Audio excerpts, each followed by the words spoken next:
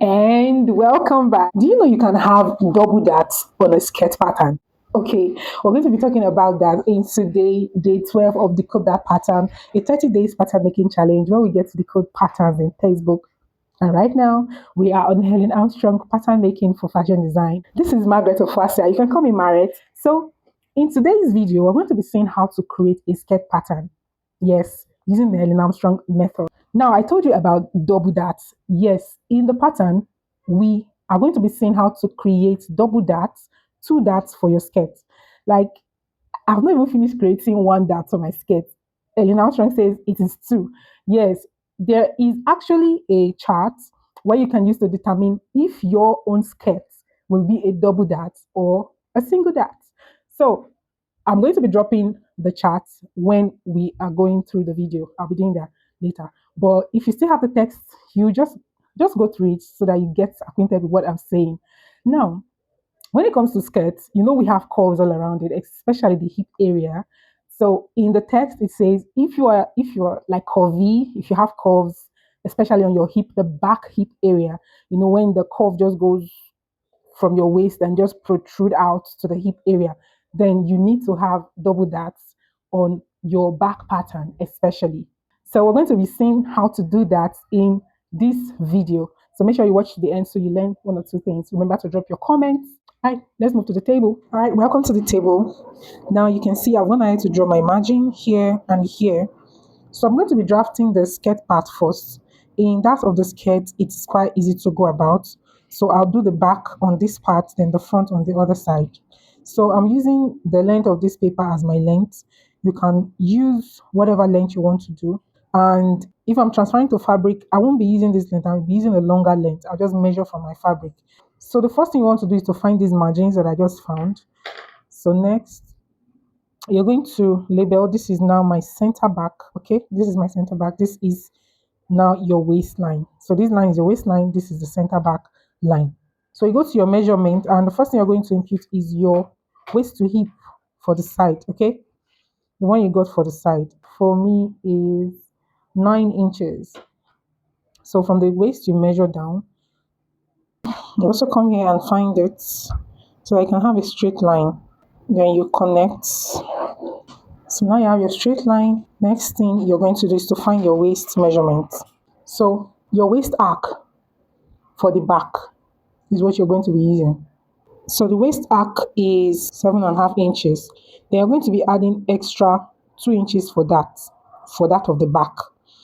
Now in Helen Armstrong's book, looking at this image now, you see how her patterns are being made.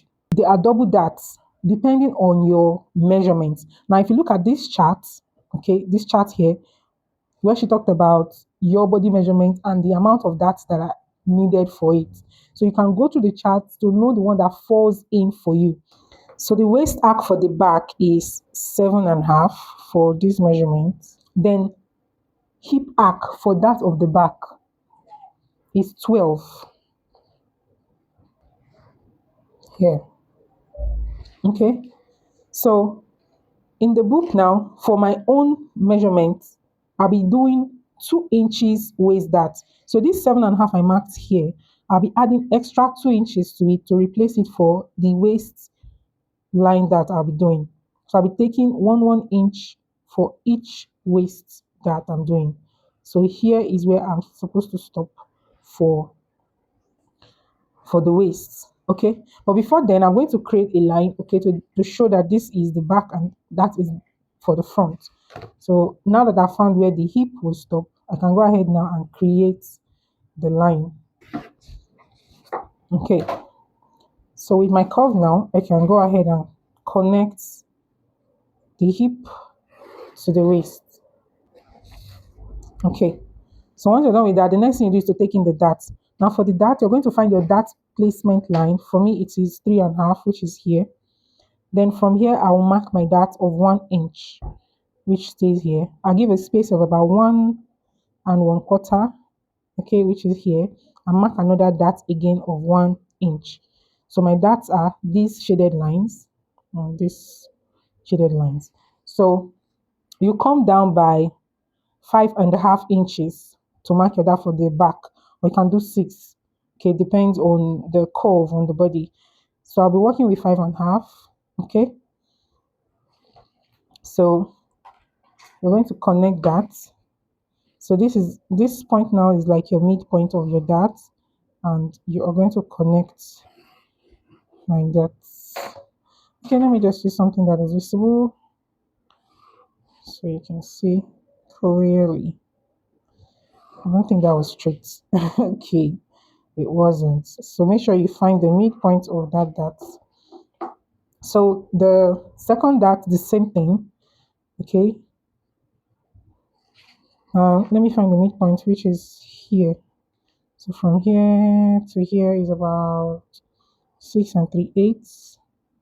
I just find it around here so that I'll know. Then I'll come down by 5.5. That's where to stop. So for normal basic skirts, you work with equal double darts. In the textbook, if you read through it very well, she talked about unequal darts, where the one closer to the center back is longer and the one closer to the sides is shorter, or vice versa. Can't really recall right now, but if you go through the textbook, she really explained it there. So, but for now, we're working with these basic darts. So now I'll connect to the center line like so. Okay. So by the time you take in these darts, you're going to be having something that fits closely to the body. So that's for the back.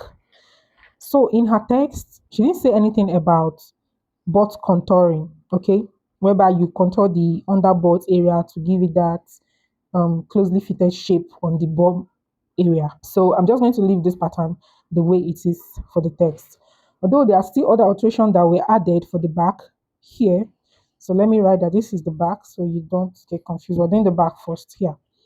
So on this line we got, it is the side because the front and the back here connects. So this is the side depth of your hip.